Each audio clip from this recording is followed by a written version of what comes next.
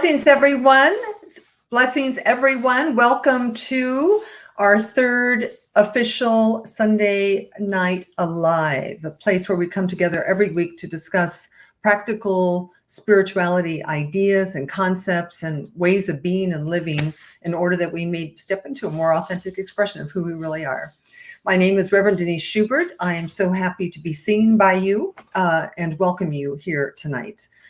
So before I speak a blessing for us this evening and move into our topic, which I'm very excited about, it's a very meaningful and fun topic for me, involution, the relationship between involution and evolution. Don't worry, it's not too scientific, not too crazy. A couple of announcements, we'll get the announcements out of the way. One is a reminder that I've now created a forum called Wednesday Noon Zoom for Sunday Night Alive, which is an opportunity for anybody who wants to meet me in the Zoom room. If you have any questions or clarification or challenges with the Sunday night topic. So it's really just to unpack it a little more in a interactive venue rather than, on Sundays, I talk and you listen, and on Wednesdays you talk and I listen. And so the meeting ID is my phone number. So it's 479-283-9409. It's there on your screen right now. So if you want to join us, last Wednesday we had 2 people come. It was a really fun, rich time. It was about maybe 45 minutes. So anyway, just for you. Also, this coming Saturday, the 8-week Life of Power Spiritual Power Masterclass starts. That's and it runs for 8 weeks, 10 a.m. noon to 10 a.m. to 12-ish. We have space. We have 6 people right now, plus myself. So it's a really nice, intimate class. And if this has been tugging at you, please just go to my website and join. It is not too late. So everybody take a breath. Let me just take a moment and speak a word of blessing for us. And so right where you are and right where I am, we breathe. And I'm going to close my eyes for a moment. And I do this symbolically and invite you to do it symbolically, which is to simply just allow your day to arrive into this moment. Allow yourself to get into this moment.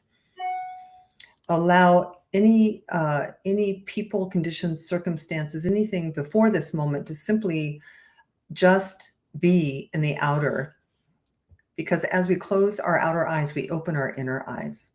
When we open our inner eyes and really look into the very heart of our being, when we really look inside, we will find intelligence and beauty and harmony and order.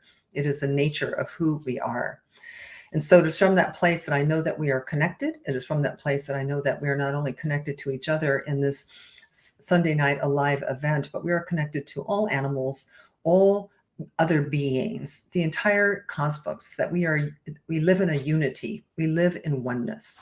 And so it's from that place that I bless our time together tonight, calling it good and very, very good, knowing that if you are here by divine appointment. If you are here, there's something for you to catch in consciousness that will contribute to the path of awakening that you are already on. And so I'm grateful for our time together. We give thanks for it. We let this be, and so it is.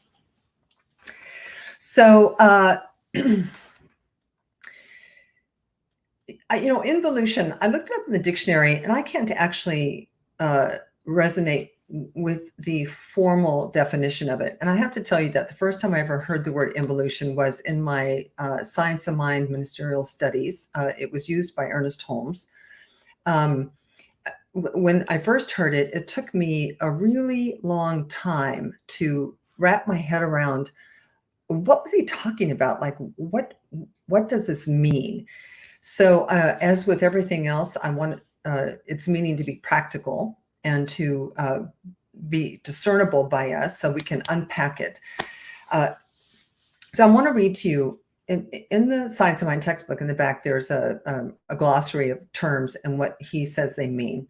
And I'm going to just simply read the what he said.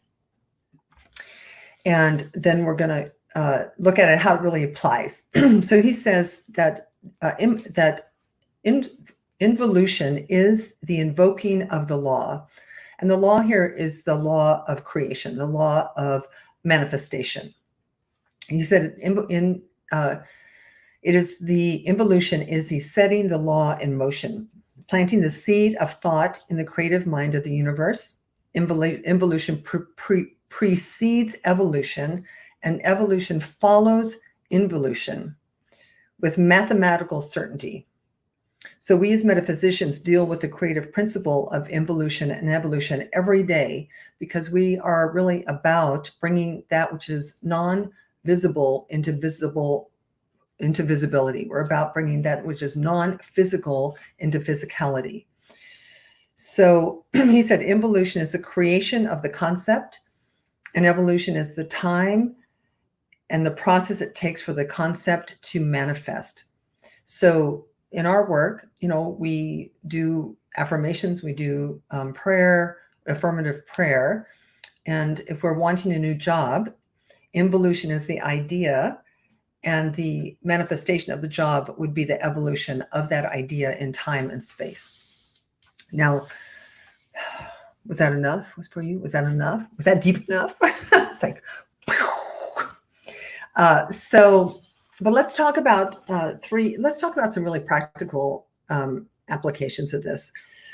I think my favorite is about the acorn and the oak tree. So if you were to hold in your hand, if you were to put into your hand an acorn's a little itsy bitsy tiny thing. And already present within that acorn is the oak tree. So the acorn isn't missing anything. Nothing's absent, nothing's missing. We don't need to add anything to it. It's like everything that it is already there. And all that's necessary is the time and the process by which the acorn becomes the oak tree. So involution would be the presence of the oak tree inside of the acorn. The evolution would be the evolving of that acorn into the oak tree. Makes more sense, right? Right? Feels like a little like, okay. I kind of see where you're going here, Denise. I kind of see. So another example is when you plant a carrot seed or any kind of seed. That when you take a carrot seed and you put that carrot seed into the soil, in some period of time, ultimately, what you will get is a carrot. So involute in the carrot seed is the carrot itself. And all that is required is the time and the process for the carrot seed to become manifest. Now, obviously, one of my favorite, you know what's coming. Some of you know what's coming. One of my favorite ways of describing involution and evolution, because we get a little bit closer to what it means to you and I, is the story is Seabiscuit. I know, I can't help myself. 20 years of Seabiscuit. So Seabiscuit was kind of a failure of a horse for a long time, right? He was born small. His owners didn't see a racehorse in him. They saw like this little puny horse that was a really bad investment, and that, oh, well, life moves on and let's get some real racehorses trained. And I'm not doing a Seabiscuit sermon here. I'm just doing this part. So then there's a moment in the movie, there's a moment in the story of Seabiscuit's life, a true moment in his story where his jockey takes him out to run the track.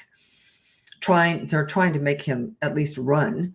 And he doesn't really want to run on the track. So there's a moment where the jockey has this brilliant idea to let Seabiscuit run wherever he wants to run. So if he wants to leave the track, he can leave the track. And he does indeed leave the track. And the rest is history. So Seabiscuit ends up being one of the world's all-time greatest racehorses. Now, what's important about the story in regards to involution and evolution is the racehorse that Seabiscuit was always there. It was involute in him, that there wasn't anything the jockey did, the owners could do. There isn't anything they couldn't feed him the right food, that he was a racehorse. And what was required is, this is actually a very important piece here, which we're going to talk about more in a minute. What was required for that which he was to become was an environment conducive to its becoming.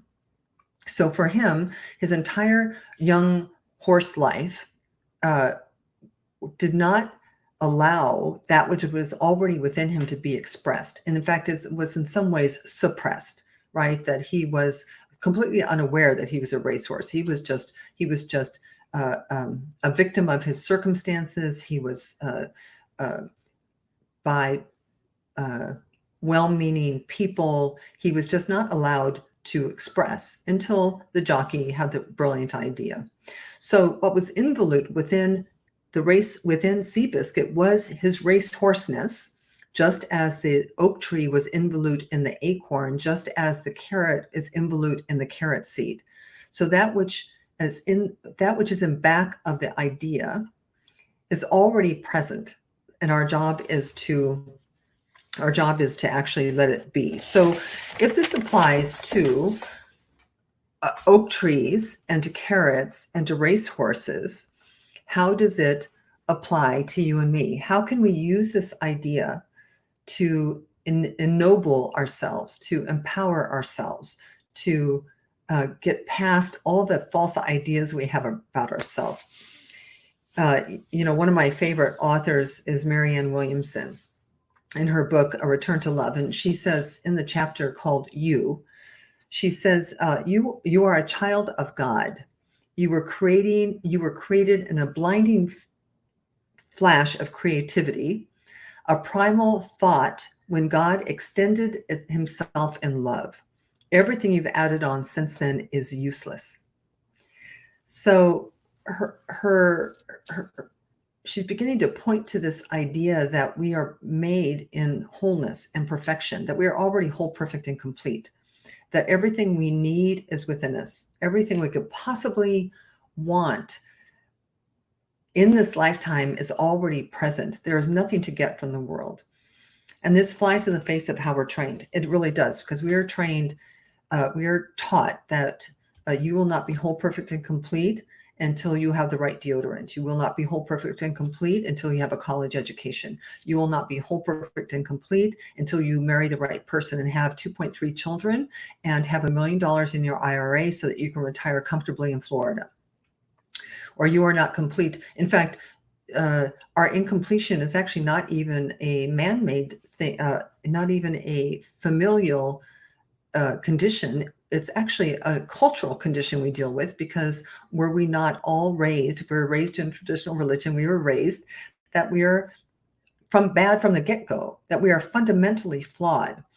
So obviously that's a ridiculous idea for us as followers of the Spirit, that we were born with perfect. We were perfect, no matter what that is, by the way. I had a very good friend in Los Angeles who, when she became pregnant, found out that she was having a Down syndrome baby. And after much prayerfulness, she made the decision to not abort the baby, so that she had her son.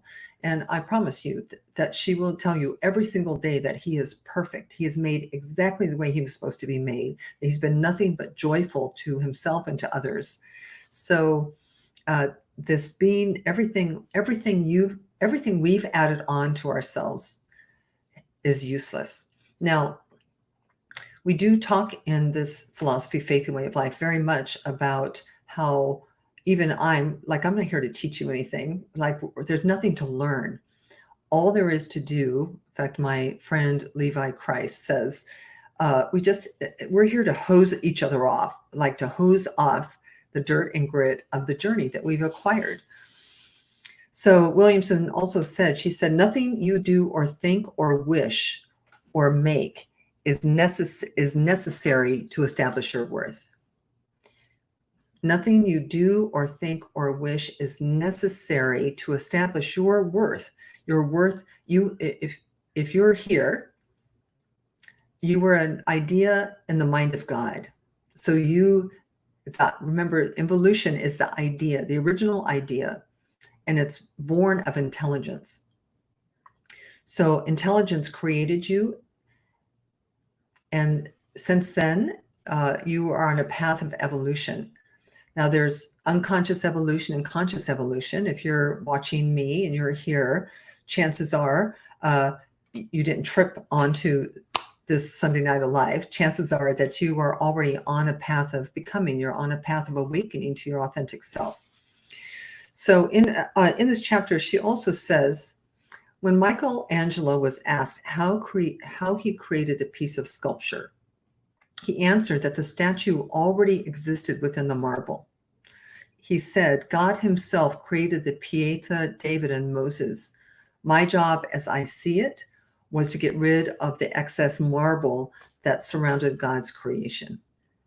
So it's beautiful. It's beautiful. It really says something really important to embrace as spiritual seekers. I would like us to be spiritual finders, actually, but spiritual seekers is that the universe that we did not create, that is not man-made, which is the important part, right, is beautiful. It's awe-inducing. It's a wonder.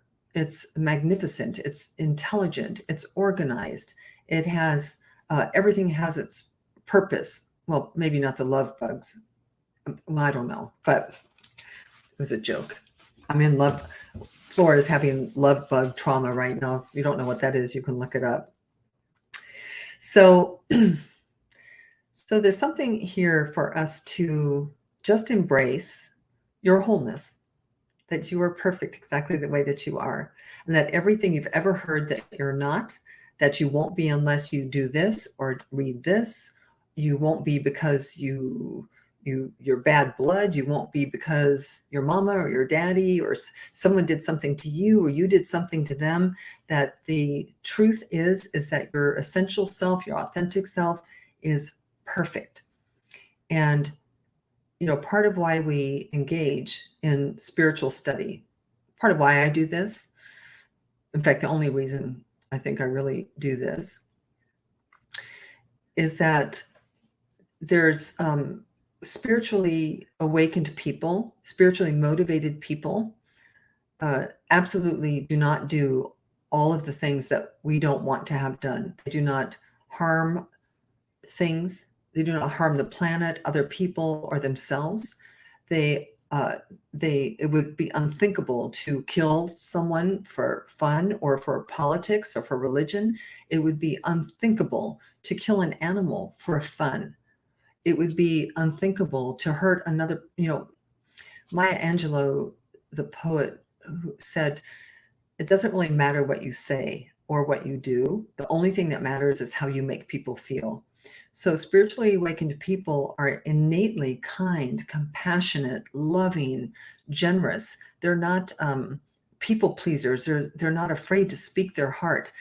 That's what we're doing here, because when we're all like that, the world will be an amazing place for us to experience living in. We will love living in it. So let's talk for a minute about environment. So Michael Beckwith said in his book, Spiritual Liberation, he said, just as a seed needs proper soil, water, and Just as a seed needs proper soil, water, and nutrients to grow into its perfect expression, like the carrot seed that we plant, right, has to have water and sunshine and soil in order for it to evolve as it's meant to evolve. He says, so are we to nourish the soil of our consciousness in order to evolve into our soul's ever-expanding potential.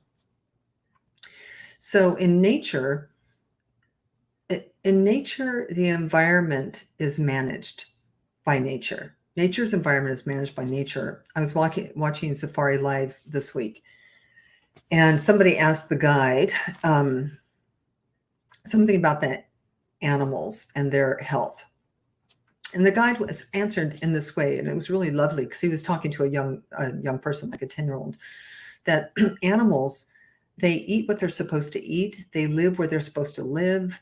They have evolved patterns of being. So, the antelope don't get on planes and fly somewhere. They don't go eat junk food, that they do as they are intended to do. And for that reason, the cycle of life and what's supposed to happen happens.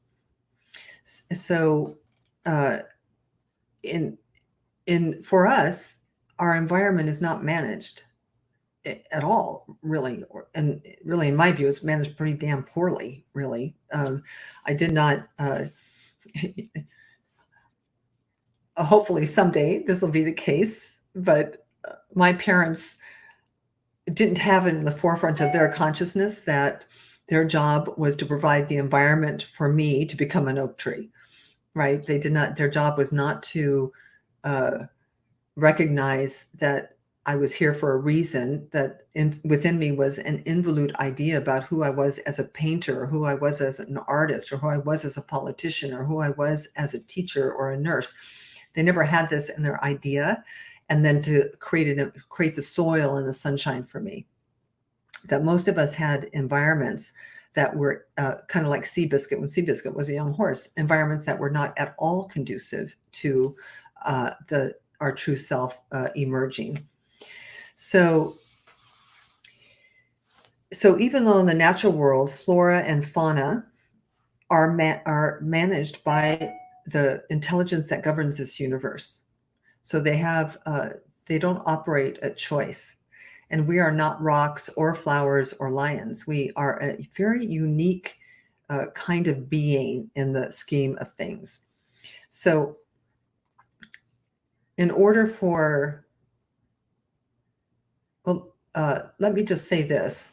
In order for our bodies to thrive, they need an environment that's conducive to thriving, right? So the body, in order for it to be optimally what it's supposed to be, needs good nutrition, sleep, exercise, positive thoughts. And very few of our bodies really get that, not ours, but we're all perfect here, but out there, when you read the statistics on obesity, depression, addiction, lifestyle diseases, these are the result of a faulty environment. Like the environment for the body needs a good environment. In order for our relationships to thrive, they need a healthy environment. They need the right soil, the right sunshine, the right nutrients. So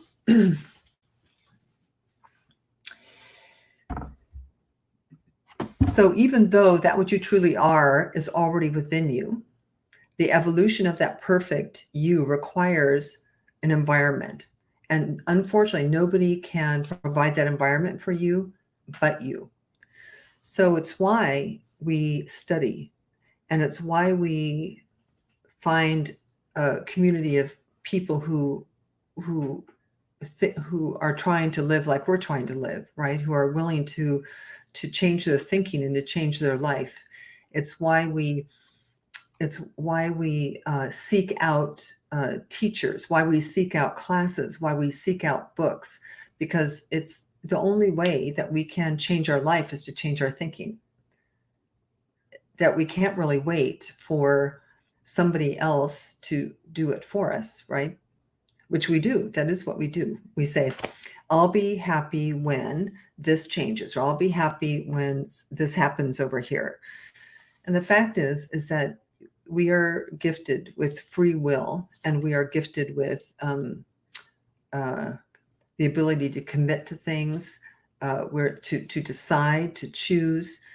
And we must, if we want to allow the perfection within us to actually emerge and to become what it, if for me, I don't have any problem with God. So in God's mind and God's heart,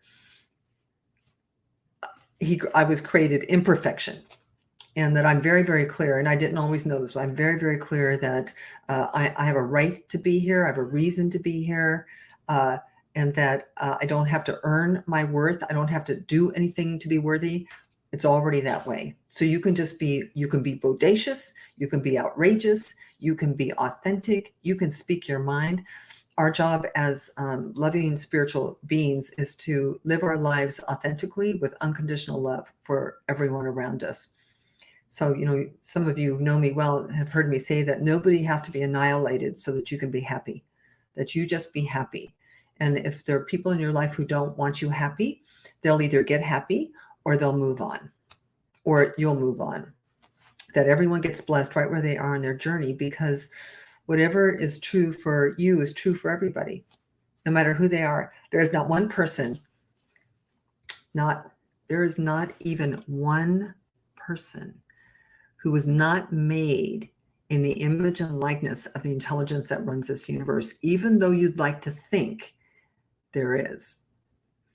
So if you were created in a blinding flash of creativity, so was he, and so was she. Now, it is true that everybody grew up in different environments, and because of those environments, they are a certain way, right? That they believe certain things, they act in certain ways, they have definitions about who they think they are, who they need to be to the world. But that's none of your business. It's really none of your business. None of my business anyway. Your business is to tend to your environment and to stand in the truth that who you are is perfect just the way that you are. So, so I don't know that I have a whole lot more to say. I don't even know what time it is. Let me see. Oh, we're doing okay. We're doing all right. It's kind of perfect when things are perfect the way that they're just perfect. So,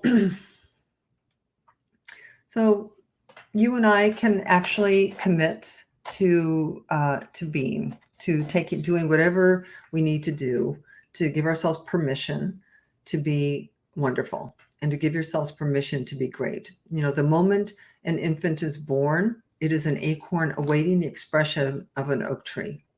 That's just it. So declare yourself, create a context for yourself that you are okay as of this moment, that there's nothing more you need to fix. There's nothing more you need to add. There's nothing more you don't need really any more therapy. You don't need any more understanding about why you're so neurotic. We know why we're so neurotic. We're neurotic because we were raised by wolves. I'm kidding. We were raised by people who didn't know we needed anything. And they were raised by people who didn't know they needed anything. And they were raised by people. But that story gets to stop with us. We get to take responsibility for ourselves, and we get to say, from this moment forward, I will strive to live my life authentically from my heart, not capitulating to anyone, not pretending I'm less than that, and I will pursue the dreams that are involute within me.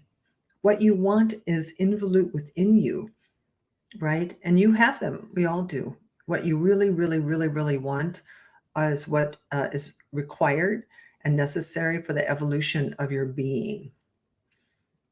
So what you really, really want, your love of Italy, your wanting to do nothing but take pictures, your love to cook, all of this is part of your DNA, your spiritual DNA. And if you don't run, like if Seabiscuit didn't run, he would just be an ornery horse his whole life, which is possible because unlike the rock, human beings have free will. You can choose not to follow your inner mandate. And we do choose it. We choose it every day. I can't say that because that'll upset them. I can't really pursue that because it doesn't pay enough money. But I'm telling you, if you were created to be a photographer and you're a dentist, it's okay. But it's your evolution, your evolution, your soul satisfaction, your fulfilling your divine purpose isn't going to really happen until you say, you know what? I just really love taking pictures. You know what? I just really want to go to Africa a lot. You know what? So you get the idea, right? So involution and evolution. Involute is the idea. Evolution is the expression of that idea. It's a little bit of a radical one because we tend to think that evolution is the intelligence, but Ernest Holmes would say that the intelligence, that involution is the idea, is intelligence expressing as evolution. So evolution is the effect and involution is the cause. So in our teaching, when we pray, when we do affirmative prayer or we do vision boarding, when we're doing conscious seed planting, that is the involution of the idea. So, and the manifestation of the new job or the relationship or the losing 10 pounds or the whatever it is you're wanting is the natural outcome of the power of the idea in back of it. So, so that's it. I love this topic. I think it's awesome. And I love the idea. I love the idea that, you are, I love the idea that we are oak trees, right? That we are acorns becoming oak trees. So before I pray us out, let me just remind you that Wednesday noon Zoom, 479-283-9409. Just join a Zoom meeting with that ID and you're going to be right here with me in my studio. Reminder that the class starts on Saturday. If you've been thinking about it, now is the time to register. And just a reminder that that this is my restaurant for providing you with sustenance, hopefully, and that if you receive sustenance from the moment with me and you want to support the work with a financial donation, I happily accept it since this is what I do for a living. And you can do that at revdschubert@gmail.com on PayPal. So let us pray together before we end one more time. All right, so let's turn within one more moment before we go about our business this evening. Breathing into this idea that you are perfect. Breathing into this idea that there is nothing missing, lacking, or broken within you. That you are, you have as much as a right and a reason to be here as every single flower, every single tree, every single animal. That we are conscious points of consciousness in God's universe, in this universe of intelligence. And so I know that that is the truth for each and every one of us, that we are connected through and by this intelligence, that love is our essence and our nature, and that as we become more aware of this, that we will receive the guidance and the intuition, everything we need in order to move into a more powerful, a more spiritually grounded, a more happy, a more extraordinary way of living. Because what I know is that everything in nature is extraordinary, everything in nature is wondrous, and as are we. And we are intended to live in such a way that we truly just drop all worry, doubt, and fear. And so I just speak my word, which is involute into the universe. I'm speaking my word for and about each and every person within the sound of my voice, proclaiming, claiming, affirming, and announcing that from this day forward, we become more of who we really are, that we we hose off all of the dirt and grit of this journey, all of the false ideas about ourselves, all of the false ideas about others, to simply be grounded and rooted in every single day to remember unconditional happiness, unconditional peace, unconditional joy, that I will be an oak tree. I will be. And right now, I may not look like an oak tree. We may not look like the fully grown oak tree, but we are, because we are evolving Evolution is the time and the process it takes to become. And so I'm so grateful to speak this word. I'm so grateful to have conversations that matter for the future of our own lives and the future of the world we live in, to simply know that everybody is safe and thriving in this time, that we stand in a fearless place. I am not afraid, that we stand in a place of stillness and creativity, knowing that everything is conspiring for a greater good, and that the greater good must express itself through the time and the process that it takes to express. And so for the blessings of being together, I give thanks. Looking forward to the next Sunday at 5 p.m. on Facebook Live and everything in between. I love you. God bless. Be safe. And so it is. Good night, everybody. Thank you so much for being with me. We'll be together again soon.